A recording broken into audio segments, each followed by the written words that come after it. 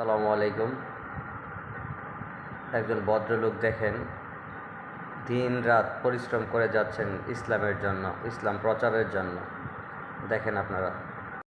নামাজ নাই, আমার জীবনে তো কিছু নাই। নামাজ নাই, আমার জীবনে কিছু নাই। আমাদের মুসলমানের জন্য বেহেশতের চাবিকাঠি। নামাজ মুসলমানের জন্য বেহেশতের চাবিকাঠি। যে যাই করেন না কেন, মৃত্যুর পরে আল্লাহ প্রথম হিসাব দিবে নামাজ। মৃত্যুর পরে প্রথম হিসাব দিবে আল্লাহ নামাজ। বাবারা ভাইয়েরা, মারা বোনেরা, কেউ পরের নামে সমালোচনা করবেন না, পরের জীবন গাইবেন না। কেউ পরের নামে কোনো সমালোচনা করবেন না, পরের জীবন কেউ গাইবেন না।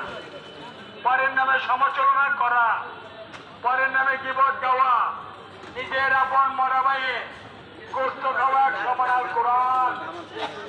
পরের নামে সমালোচনা করা, পরের নামে গীবত গাওয়া, আপনি সারা জীবন যা নেকি করবেন